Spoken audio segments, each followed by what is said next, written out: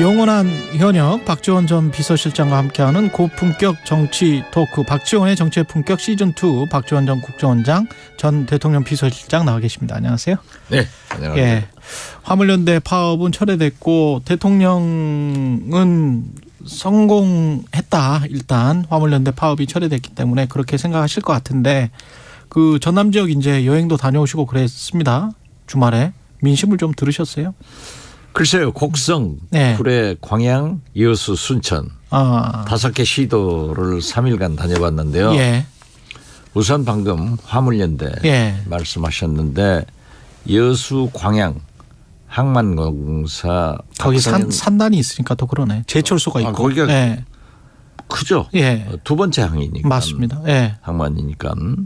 그런데 박성현 사장이 이제 만나서 얘기를 예. 들어보니까 잘 대비를 해가지고 이제 파업도 종식됐고 모든 게 정상화됐더라고요. 예. 그 곡성의 금호 타이어도 약 70% 감 생산을 하다가 정상화되고 심지어 목포 그 항문 노조 조합원들은 광주에 있는 기아차 있지 않습니까? 예. 그 오토런드에 이동차가 없어졌으니까 노조원들이 거기에 가서 번호표도 없는 차를 목포항으로 전부 운전해 가지고 와서 다 선적시키는 예. 일종의 투혼을 발휘한 거예요. 이걸로 조금 좀 윤석열 대통령은 정치적으로 지지율도 그렇고 좀 이득을 봤다 이렇게 판단하십니까? 어떻게 보세요? 그렇죠. 예. 이득 본 것만은 사실이에요. 예. 그렇지만은 지금 현재 민주당, 정의당 등 야당이 정부의 안전운임제 3년 연장을 합의했잖아요. 예. 법안 소위에서 통과됐잖아요. 그렇죠. 상임위에서 통과되고. 예. 그리고 화물연대 노동자들도 61%가 찬성을 해서 파업을 철회하기로 했다고 하면은 받아야 됩니다. 3년 이후에는 받아야 된다. 정부가 이 안을 받아야 되고 대통령께서도 그렇게 하셔야지. 지금 딱 보면은 12구 이태원 참사 문제나 이 화물연대 국민 아니에요? 예. 지금 윤석열 정부는 국민과 싸우려고 하는데 이것은 아니다. 이번에 굉장히 그 좋은 얘기를 그 호남 예. 전라남도 동부 지역에서 보고 실제로 다 정상화됐어요. 잘 예. 협력했고 예. 파업 기간 중에도 잘 대처를 했더라고요. 여수 광양 항만공사 같은 경우에는 거의 지장 없이 다 했어요. 알겠습니다. 해임 건의안 관련해서는 어떻게 보세요? 거부권을 행사할 거라고 보십니까? 뭐 거부권 행사한다고 언론에 예. 또 국민의힘에서도 얘기를 하지만은 안 하셔야 됩니다. 그것도 안 해야 된다. 대통령께서 예. 문제가 있는 것을 풀어가셔야지 문제를 자꾸 만들어 가시면은 나라가 어디로 갑니까? 그리고 이상민 장관 스스로가 자기 고등학교 대학 선배가 대통령을 하신다고 하면은 예. 자기가 먼저 물러갔어야 돼요. 자, 저 물러가겠습니다. 정무직이라고 하는 것은 저 물러가겠습니다 하고 집에서 안 나가면 되는 거예요. 출근 안 하면 되는 거예요. 정무직이라고 하는 것은 그 말로 전부 끝나는 거예요. 직업 공무원은 사표 내고도 수리 안 됐는데 출근 안 하면은 처벌받는 거죠. 근데 본인이 지금 안 나가려고 하는 걸까요? 글쎄, 아니면 대통령이 이상민 장관의 어떤 그건 옳지 않다.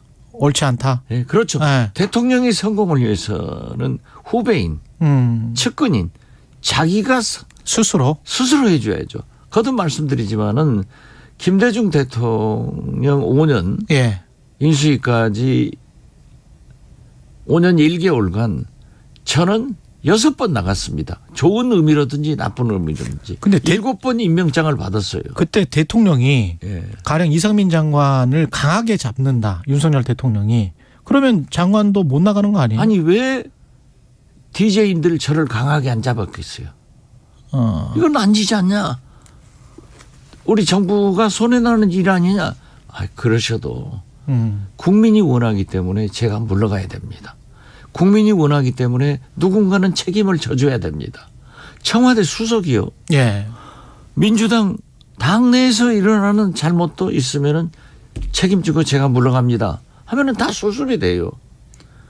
우리 정치 문화는 책임 문화입니다.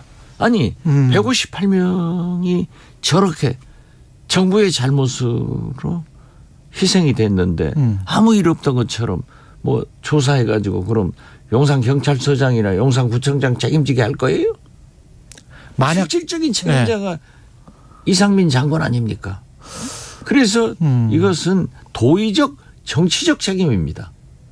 형사적 책임은 조사를 해서 사법부에서 결정하는 거죠.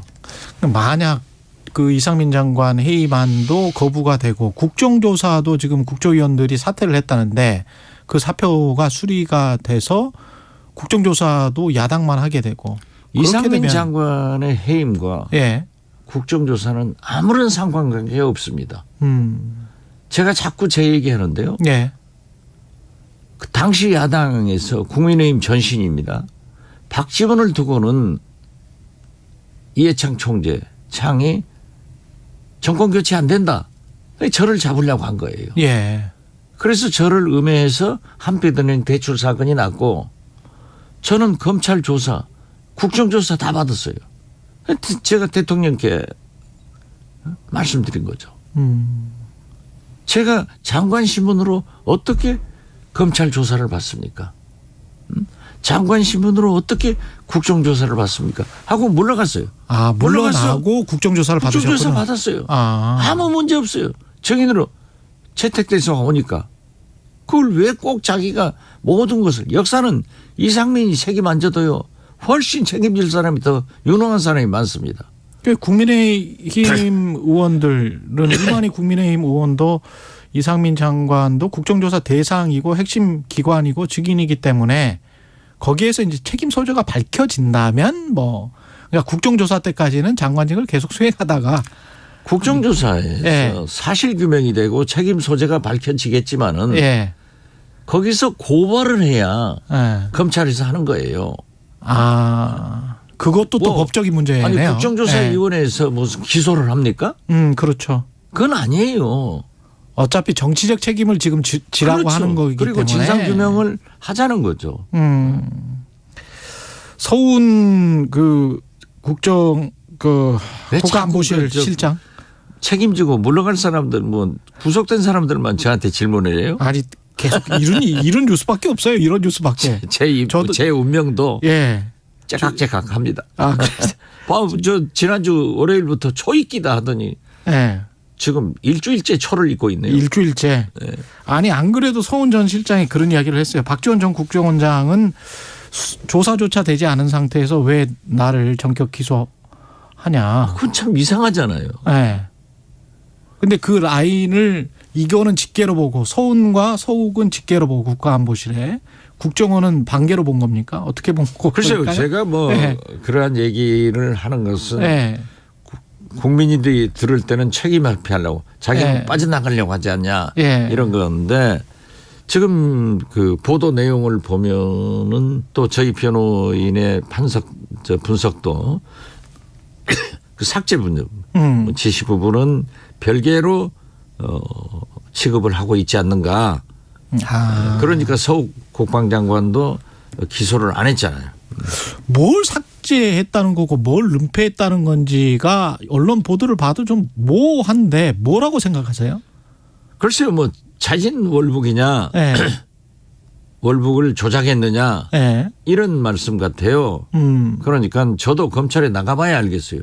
제 내용은 구체적으로 나오지 않고 국정원에서 검찰에 고발한 것, 검찰에서 저의 압수수색 영장 이런 것들을 보면은 애매모호해요. 지금 저 윤거정 의원은 그 관련해서 계속 이제 전 정권의 이런 문제들 지적을 하고 검찰 수사하고 이런 것들이 현재 대통령이 자격지심이 있는 것 같다. 그거는 문재인 정권에 대한 자격지심 뭐 이런 걸까요? 윤건능 의원에서 그렇게 보는 것은 그분 시각이고 저는 처음부터 좌파 정당 민주당 예. 그리고 언론 이건 척결하고 민주노총 최저임금 주 52시간 노동제 이런 문제를 강경하게 나갈 것이다 이런 예상을 했는데 불행히도 그게 맞아가고 그 화물연대를 보면은 앞으로 강경한 민주노총에 대해서 상당한 제약이 있을 것이다. 저는 그렇게 봐요. 물론 민주당이나 민주노총을 척결의 대상으로 본다? 저는 그렇게 봅니다. 아, 예. 대통령이? 예. 예. 좌파다. 좌파다. 예. 물론 김대중 대통령도 좌파든 우파든 다 민주주의자들 아니에요? 그건 아니죠. 예. 그것이 윤석열 대통령이 그러한 것이 성공하느냐. 순간적으로 보수 우파들을 우익들을 단결시키는 효과는 있을 거예요. 그러니까 이번에도 약간의 지지도 상승 기미가 보이는데 대통령실에서는 대통령 내분도 굉장히 기분 좋아하시겠죠. 예. 그렇지만 그렇게 해서는 윤석열 대통령은 역사와 국민을 상대로 해서 국정을 살펴셔야지 당신의 생각대로 해서는 안 됩니다. 그게 꼭 좌파 정치인 즉 문재인 용공 이재명 비리로 또 민주노총이 좋다는 게 아니에요. 저도 김대중 대통령도 민주노총을 호적에 올려줬지만은 그분들하고 싸웠어요. 많이 구속을 했어요. 그런 얼마나 많이 구속을 했으니까 왜 인권 노동 친화적인 김대중 대통령이 취임해서 과거 정권보다도 훨씬 많은 노동자를 구속하냐 해가지고 UN 제네바 국제인권위원회와 국제노동기구 ILO에서 우리 조사가 나왔다니까요. 그걸 제가 해본 경험이 있어요. 그렇기 때문에 우리는 어떤 경우에도 노조가 불법 폭력 시위는 하지 않아야 된다. 지금 그렇게 보고 있는 거예요. 예. 그래서 이번에 화물연대도 불법 폭력 시위는 아니잖아요. 그러나 산업에 미치는 영향, 국민들의 지지를 못 받은 건 사실 아니에요. 그래서 민주당과 정의당도 정부 안을 수용했고 화물연대 노조원들도 수용했지 않습니까? 그러면 풀어줘야지. 서희 공무원 비격 사건 관련해서 딱 하나만 더 짚고 가볼게요. 그 서훈 전 실장이 문 대통령에게 보고를 안 했다. 사건 은폐를 위해서. 그런데 대통령 문재인 대통령은 최종 승인 보고 받았다. 이게 지금 서훈 누가 맞는 거예요? 제가 알고 있기로도 서훈 실장이 보고를 했고. 보고를 했다. 예. 또 그 관계장관 회의 후에도 보고를 해서 대통령께서 이런 지시를 하셨다 하는 것을 언론에도 발표를 했고 저한테도 안보실에서 국정원에도 얘기를 한 게 있습니다. 그래서 그래요? 저는 서훈 실장이 사전에 보고를 했고 사후 진행 상황도 보고를 했다. 저는 그렇게 봅니다. 그러면 결국은 최종 책임자는 대통령이 되는 거네. 만약에 은폐를 뭔가 했다면. 대통령께서는 그렇게 말씀을 하셨잖아요. 예. 그리고 검찰 조사 결과를 보면은 서훈 실장이 최종 결정권자고 책임자다. 이렇게 기소를 했기 때문에 이건 검찰에서 결정할 문제이지 저도 검찰 조사를 받으면은 제가 무슨 혐의로 어떻게 진행되는가를 알지. 지금은 깜깜합니다. 갔다 와서 그러면 좀 또 말씀을 말씀을 해주시면 여기 나와서 위조할 고조할 다 하겠습니다. 말씀을 해주시면 좋고요. 그런데 제가 갈까요? 모르죠. 알 수가 없죠. 뭐 갈 것 같습니다. 그래요? 모든 언론들이 이번 주에 간다 가니까 언론대로 가더라고요. 소환은 될 것 같다. 가야죠.